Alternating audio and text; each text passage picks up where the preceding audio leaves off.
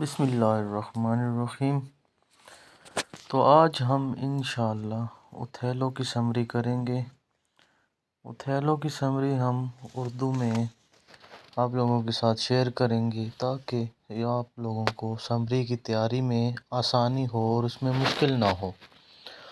Othello drama Shakespeare نے لکھا ہے۔ شیکسپیئر نے اپنے دو ڈراموں دا ونٹر ٹیل اور اوتھیلو میں ایک ہی موضوع یعنی حسد کے نتائج و عواقب کو زیر بحث لایا ہے۔ تاہم جہاں تک ونٹر ٹیل کا تعلق ہے وہاں حسد کی پیدائش میں کوئی بیرونی عناصر کار فرما نہیں ہوتے۔ یہ لیونٹیز کا اپنا ذہن ہوتا ہے جو حالات کا منفی رخ دے کر تباہی لاتا ہے، جبکہ اوتھیلو میں ایاگو حسد پیدا کرنے میں بطور ایک مشینری کے کام کرتا ہے۔ وہ ایک عوامل کے طور پر اوتھیلو کے ذہن کو مکمل طور پر مفلوج کر دیتا ہے اور اسے مکمل تباہی بربادی کی طرف دھکیل دیتا ہے۔ یعنی اوتھیلو کے ذہن اتنا کو حسد اور اتنا منفی بنا دیتا ہے ایاگو کہ وہ حسد کی آگ میں جلنے لگتا ہے۔ وینس کے رکن بلدیا برانٹیو کی بیٹی بلدیا برانٹیو، یہ بلدیا کا رکن تھا برانٹیو کی بیٹی ہوتی ہے ڈیسڈیمونا۔ بہت خوبصورت لڑکی ہوتی ہے۔ اس کے حسن اور باپ کی جاہ و حشمت کے سبب اس کے بے شمار طلبگار ہوتے ہیں۔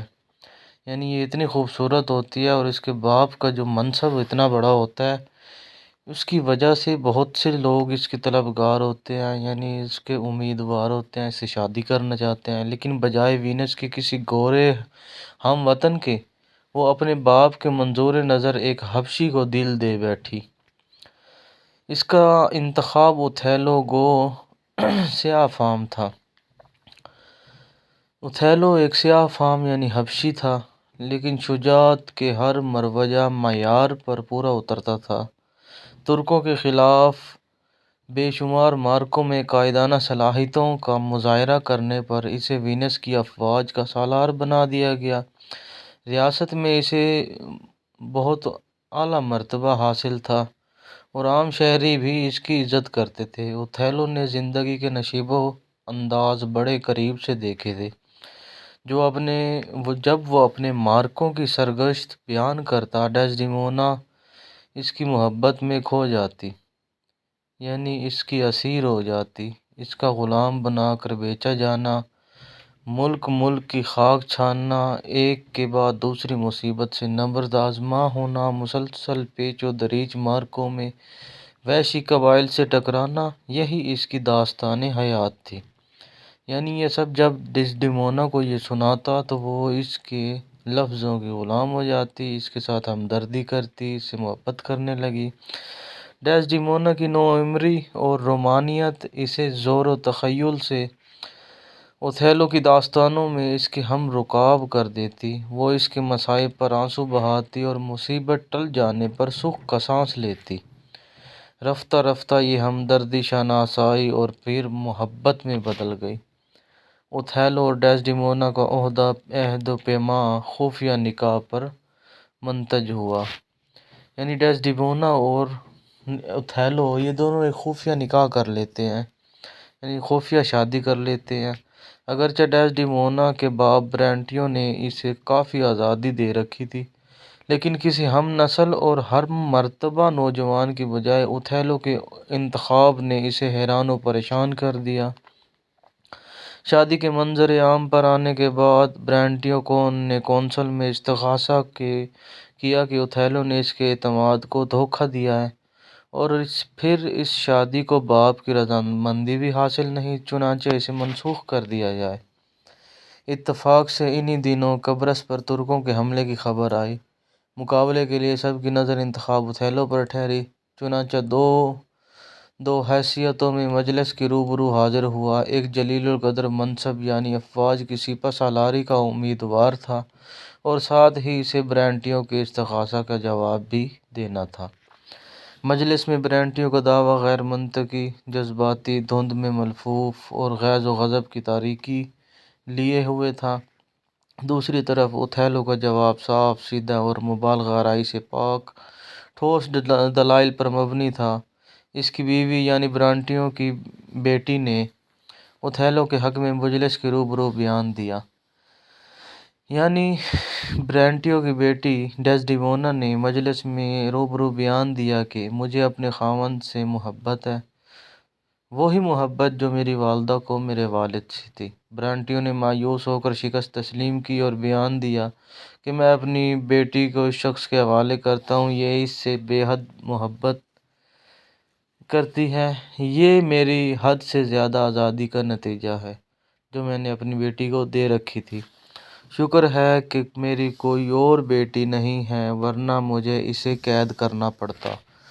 اوتھیلو نے مجلس پر ثابت کر دیا کہ وہ ایک آزمودہ کار میدان ہے اور اس کی بیوی کی موجودگی بطور جنرل اس کی صلاحیتوں پر کوئی منفی اثر مرتب نہ کرے گی۔ چنانچہ اسے ڈیسڈیمونا کو اپنے ساتھ قبرص لے جانے کی اجازت مل گئی، لیکن وہاں لڑائی کی نوبت نہ آئی۔ خبر ملی کہ ترکوں کا بیڑا طوفان کے باعث منتشر ہو گیا ہے۔ اگرچہ میدان کارزار کی آزمائش ٹل گئی، لیکن اب اسے اپنوں کے کینہ و عداوت کا سامنا کرنا تھا۔ فلورنس کا رہنے والا عاشق مزاج، خوش اتوار اور یارباش میکائیل کیسیو جنرل اوتھیلو کا عزیز دوست اور مؤتمن تھا۔ اس کے باعث اوتھیلو کی طرح کے مائل بعمر رسیدگی شوہر اپنی بیویوں کے متعلق بدگمان ہو سکتے تھے، لیکن پرلے درجے کا شریف اوتھیلو شک اور حسد جیسی رذیل حرکات سے کوسوں دور تھا۔ یعنی اوتھیلو حسد اور شک سے پاک تھا۔ پھر کیسیو اس کا رازدار بھی تھا۔ کم گو اوتھیلو کی اس کی زبانی اپنی محبت کا اظہار کرتا رہا۔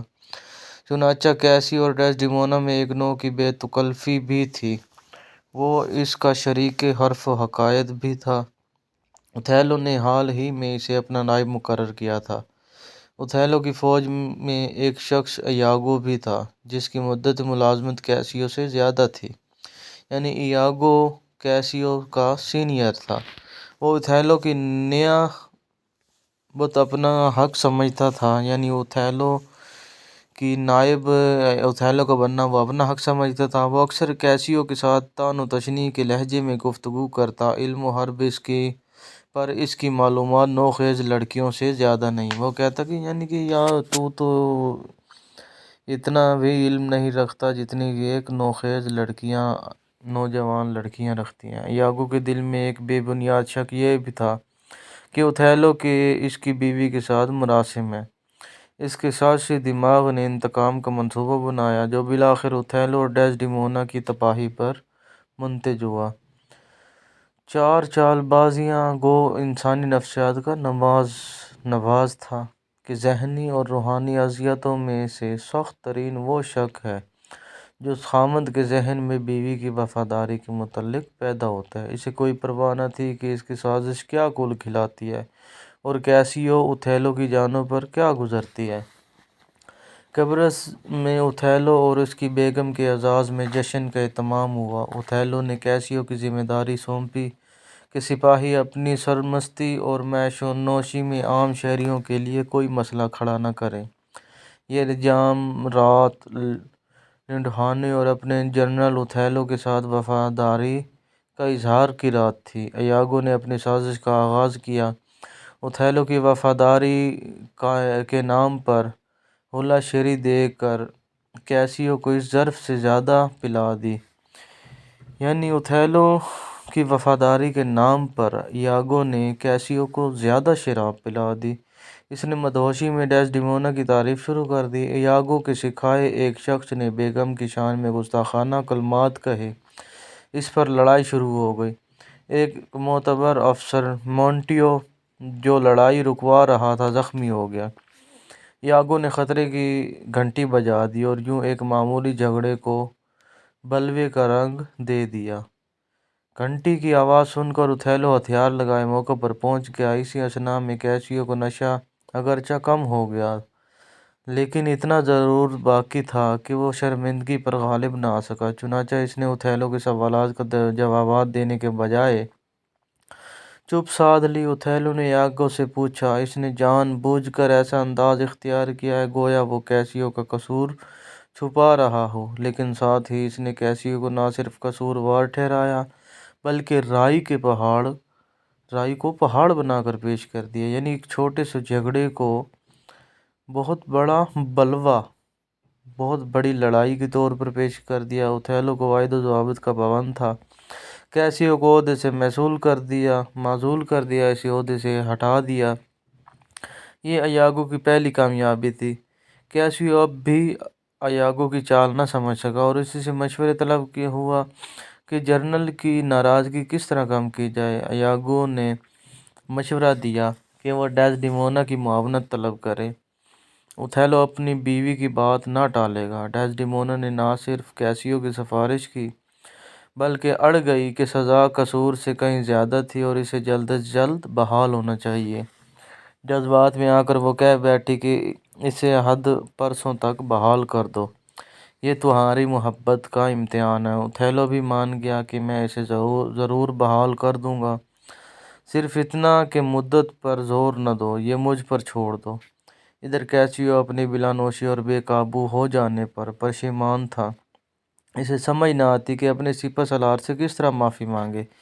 جب ایاگو اور اوتھیلو ڈیزڈیمونا کے کمرے میں آئے تو کیسیو ایاگو کی نصیحت کے مطابق بیگم صاحبہ سے درخواست کر کے نکل رہا تھا۔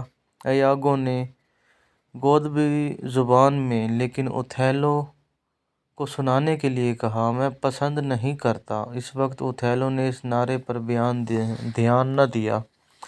بعد ازاں ایاگو نے اوتھیلو سے پوچھا کہ آیا کیسیو شادی سے پہلے ان دونوں کی محبت سے واقف تھا؟ اوتھیلو نے اس بات میں جواب دیتے ہوئے کہا کہ وہی تو پیغام رسانی بھی کرتا رہا ہے۔ اس پر ایاگو نے پرمعنی انداز میں کہا، جبھی تو اب اوتھیلو کو ایاگو کے پہلے کلمات بھی یاد آ گئے۔ وہ ایاگو کو صاف گو اور دیانت دار شخص خیال کرتا تھا، یعنی اس کی نظر میں ایاگو ایک بہت ایماندار اور صاف گو انسان تھا، سیدھی بات کرنے والا۔ اس نے اصرار کیا کہ وہ سب کچھ صاف صاف کہہ ڈالے۔ یہاں بھی ایاگو انسانی نفسیات سے اپنی گہری واقفیت کام میں لاتے ہوئے اشتباہ تجسس کے جذبے کو ہوا دیتا ہے۔ مجھے افسوس ہوگا اگر میرا نامکمل مشاہدہ سے جناب کے اطمینان قلب میں فرق آ گیا۔ نیک ناموں کو محض شعوہ میں بدنام کرنا مناسب نہیں۔ آپ فی الحال شبہات کو نزدیک نہ آنے دیں۔ اوتھیلو بھی کہتا ہے کہ گو کہ اس کی بیوی خوش مزاج ہے، لیکن اس کی عفت مآب ہونے میں کوئی شک نہیں۔ یہی ایاگو اپنا منصوبہ آگے بڑھاتے ہوئے کہا کہ میں اپنی ہم وطن اٹلی کی عورتوں کو اچھی طرح جانتا ہوں۔ زیر آسمان ہزاروں باتیں ایسی کرتی ہیں کہ خاوند ان سے بے خبر رہتے ہیں۔ بیگم صاحبہ بھی وہی ہے کہ اپنے بوڑھے باپ کو دھوکہ دیا، اسے یقین دلاتی رہی کہ اس پر جادو ہوا ہے۔ جو عورت اپنے باپ کو دھوکہ دے سکتی ہے شوہر کو کیوں نہیں دے سکتی؟ مجھے معاف کیجیے گا، اس وقت میں کھری کھری کہہ رہا ہوں۔ اوتھیلو کے دل میں اٹھتے وسوسوں کو تقویت دینے کے لیے اس نے مزید کہا، ابھی کیسیو کو بحال نہ کرے اور دیکھے کہ کن التجاؤں سے وہ اس کی سفارش کرتی ہے۔ گو اوتھیلو نے ایاگو سے وعدہ لیا کہ جب تک ٹھوس ثبوت نہیں مل جاتا وہ اپنی بیوی کے کردار پر شک نہ کرے گا، لیکن اس کا اطمینان قلب رخصت ہو گیا۔ اسے اطمینان نہ ہوا۔ جنگی ہتھیاروں اور ایسے دوسرے مشاغل سے اس کا دل ہٹ گیا۔ آخر جھنجھلا کر اس نے ایک دن ایاگو کی گردن دبوچ لی، اس کی بیوی کی پاک دامنی کا ثبوت دے۔ اس پر ایاگو نے اوتھیلو سے کہا کہ اس نے اپنی بیوی کو کوئی سرخ رومال تحفے میں دیا تھا۔ جواب اس بات میں ملنے پر اس نے بتایا کہ وہی رومال اب کیسیو کے پاس ہے۔ اوتھیلو پر وحشت طاری ہو گئی۔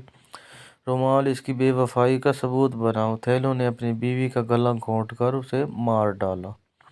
اوتھیلو کی تمام تر خوبیوں پر اس کا شکی مزاج غالب آ گیا۔ اس نے تحقیق کی زحمت نہ کی کہ کیسیو کے پاس وہ رومال پہنچا کس طرح۔ وہ بار بار ڈیزڈیمونا سے رومال طلب کرتا رہا، وہ پیش نہ کر سکی۔ دراصل وہ رومال ایاگو نے اپنی بیوی کے ذریعے اٹھوا لیا تھا، یعنی چوری کروا لیا تھا۔ اس نے بیوی کو لالچ دیا کہ بغیر ڈیزڈیمونا کو پتہ چلے، اس کے علم میں آئے بغیر رومال اس تک پہنچائے، تو اسی نمونے کا ایک رومال وہ اسے بنوا دے گا۔ بیوی بھی اس بھروسے میں آ گئی۔ ایاگو نے وہ رومال قصداً کیسیو کے راستے میں گرا دیا۔ رومال کیسیو نے اٹھایا اور یوں ایاگو کی سازش مکمل ہو گئی۔ معصوم اور بے گناہ بیوی کے قتل کی آگاہی اوتھیلو کے لیے عذاب بن گئی۔ یعنی جب اسے پتہ چلا کہ میری بیوی معصوم تھی، اس کا کسی کے ساتھ کوئی چکر نہیں تھا، کوئی وہ غلط نہیں تھی، تو وہ اس کے لیے اب عذاب بن گئی۔ وہ اپنے آپ کو کوسنے لگا۔ اس نے اپنا خنجر دستے تک دل میں اتار لیا، یعنی اس نے اپنے ہی خنجر کو اپنے دل میں اتارا اور بیوی کی ناش پر، اس کی لاش کے اوپر گر کر قید حیات سے آزاد ہو گیا، یعنی زندگی کی قید سے آزاد ہو گیا۔ اوتھیلو بے مثال بہادر اور شریف انسان جلد بازی میں آتش کا شکار ہو گیا۔ اس کی جوان مرد کی داستان مدتوں زبان پر رہی۔ اس کی وفات کی خبر وینس بھیجی گئی اور ایاگو ذلت کے ساتھ پھانسی پا کر اپنے انجام کو پہنچا۔ اس طرح شیکسپیئر ہمیں یہ اخلاقی سبق دیتا ہے کہ اعلیٰ فطرت اور بلند ظرف انسان میں بھی بدگمانی اور شک کا بویا ہوا بیج تیزی سے بڑھتا ہے۔ یہ شک اتنا منہمک کر دینے والا ہوتا ہے کہ انسان کسی دوسرے پہلو پر سوچ بھی نہیں سکتا۔ اس کی فطرت سلیم اتنی ابتر ہو جاتی ہے کہ ساری شخصیت اسی ایک شک کے گرد گھومنے لگتی ہے اور انسان بے بس اور لاچار ہو کر اپنے منطقی انجام کی طرف بڑھنے لگتا ہے۔ یعنی حسد کی آگ ایسی آگ ہے جو انسان کو جلا کر رکھ دیتی ہے۔ اس لیے ہمیں اخلاقی سبق ملتا ہے کہ ہمیں اس حسد کی آگ سے بچ کر رہنا چاہیے۔ تو مزید اردو سمری جاننے کے لیے، مزید ڈراموں کے متعلق، کہانی کے متعلق ہم وقتاً فوقتاً اردو سمری تیار کر کے اپلوڈ کرتے رہیں گے، تو ہمارا چینل سبسکرائب کریں۔ شکریہ۔